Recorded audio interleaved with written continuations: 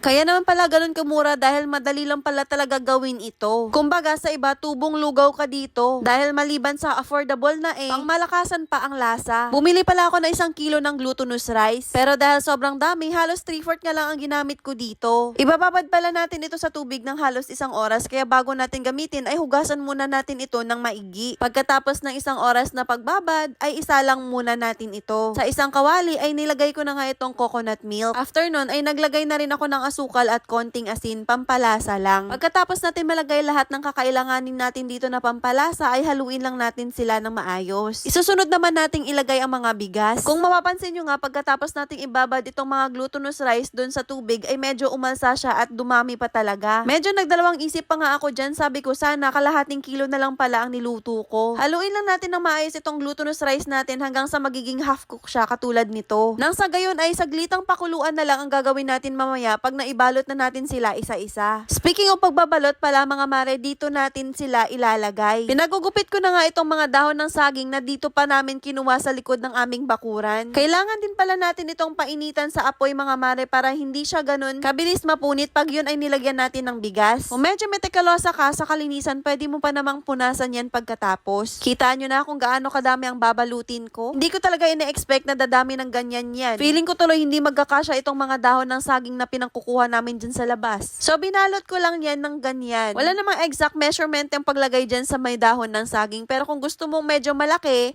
okay din naman. Pero pag gusto mong madaling maluto, yung ganyang size ay pwede na. Ulit-ulitin lang natin ang ganitong klase ng proseso hanggang sa matapos nating ibabalot itong mga bigas na malagkit. Ay nako mga mare, kung taga Antipolo ka or saang part man ng Rizal, makakarelate ka dito sa ginagawa ko. Ang pinagkaiba nga lang dito ay sa dahon ng saging ko sila binalot. Pero kung makakabili ka mga mare sa mga pasalubungan, ay sa dahon ng niyog talaga nila yan binabalot. Ilagay lang natin sila sa lutuan na kung saan sila kasya. Sakto lang din ang tubig ko, kalivel lang din ng mga suman. Sa kanyang sauce naman or sausawan, kung ano man ang tawag nyo dyan, ay naglagay lang ako ng coconut milk dun sa kaldero, sa kawali, at naglagay na rin ako ng asukal. Syempre, wag din natin kalimutan na lagyan ng asin. Haluin lang natin sila na maayos hanggang sa magiging ganito na yung kanyang consistency. After 30 minutes na pagpapakulo nga, ay naluto na nga itong aking own version ng suman. Pagkatapos kong maluto ito, alam nyo kung anong na-realize ko? Ganda din pala ito ay pang negosyo. Tsaga ka, tapos yung bahay nyo ay nakapwesto dun sa gilid ng kalsada.